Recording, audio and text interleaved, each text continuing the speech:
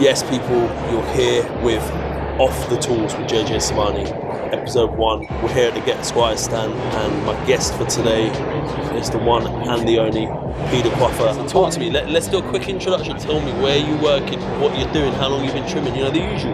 Yeah, so my name's P, but most of my customers know me as P. No one knows my real name. So I've been at Champs Barbers for about 4 or 5 years, man. I used to work as a theatre porter in the private hospital in St. John's Wood. So long story short, you know, my boss, well, the owner of Champs Barbers, he's been cutting my hair since I was 14 years old. Yes, that's Ian, the owner of Champs Barbers. And trying to cut the story a bit shorter, I came in for a haircut as normal on a regular, but I was just watching him cut hair, Jim. And then he just looked at me in my eyes, bro, and he said, "Pete, you can see in your eyes, bro, I'm gonna be a barber." It's one of them. And then from there, the rest is history, man. I quit my job, started sweeping up. So you basically quit a paying job. How old were you at this time? I was 24, 25. So let's be honest, you weren't a youth. You weren't a youth. No, I wasn't youth. I was grown man. You were a grown man, bills to pay. Yeah, bills to pay. You've just been like, yo, I'm gonna quit my job and start sweeping the floor. Yeah, started sweeping the floor. Man, thank God that I managed to save a bit to be able to quit my job.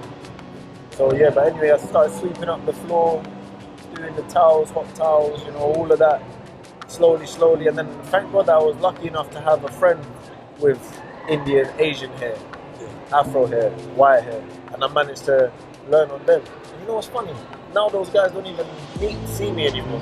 Nah. Yeah, so they're just gone off the map. Gone nowhere to be seen, man. Yeah, man, the rest is history, man. I've been just constantly grinding, man. I haven't stopped for like 5 years, bro, in a row, 6 days a week, always learning, always fucking trying to find my own way, because it comes to a point in part of the haircut, bro, where you have to vision it, man. Definitely. Like, you have to see a fade without it being done. I was in a 4-year relationship before I started cutting hair, yeah? The girl didn't have a fucking clue why I quit my job. She didn't understand nothing, bro. But I would have to cut hair. I'm cutting hair 11, 12 in the night in the shop, and I have to send her videos of me cutting hair. It's taken a lot from your life, whether it was financially, whether it was relationships, but it just shows your dedication to the craft. Yeah, man. Dedication is key, man, and discipline. I personally think discipline becomes before dedication, man. If you're disciplined, you're there before anyone else.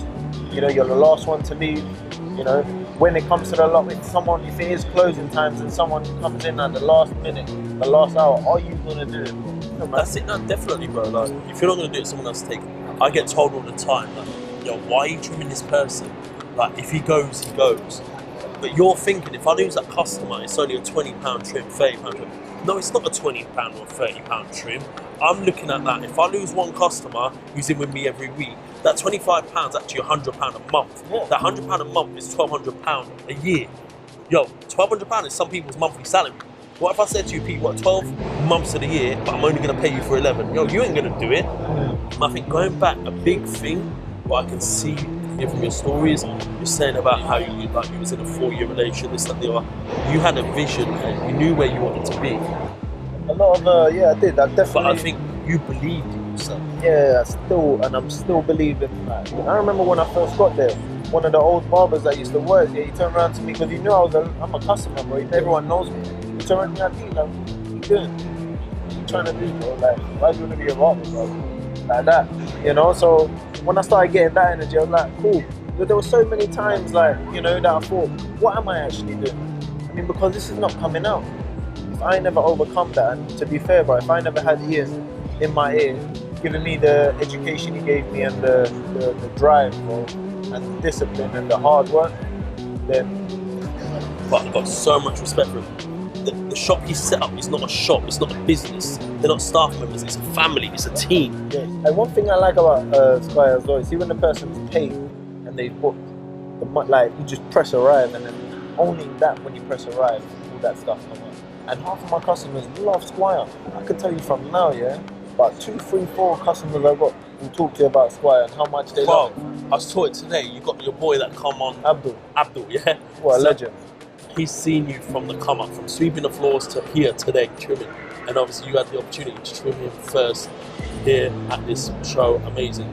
But no, obviously we got the Squire like here, Liam, Naomi, Miles, doing their thing, bless. if people come up to us, we tell them a little bit. But I was shocked, bro. Your boy Abdul's sitting on the sofa, somebody's walked past, just sat down, and my man's telling that all the features of Squire, bro. He knows it all, bro. Inside out. And now that's where it changes the game, bro. That's where We Squire can changes tell the game. other barbers to use Squire and they're thinking, yo, he's gonna get a kickback, he's getting something going for him. Now we might not. Alright, cool, whatever. Abdul's not making a single penny about telling you to Squire. You know, if a barber might tell you, they might be biased because they want you to use their other booking system, whatever. But when a customer tells you about a booking system, yo, you know it works. Not to say, but like even the app, like it got updated. Bro. It's a fucking crazy app, bro. You can see everything. Bro, Pete, it's been a pleasure chatting to you. It's been a pleasure being here with you guys, man. This weekend is probably one of the biggest things that I've done, man, so far, man. Working here with you guys, meeting the big man over there, Bro, Jay. Team Squire though, isn't it? Team Squire, bro. Look, before we finish off, into the camera, one bit of advice you'd give for upcoming barbers, and we'll end on that. The only advice I want to give you is pick up the broom and start sweeping up around some serious barbers. And like that, you'll go far. That's Done. simple. Done. Done.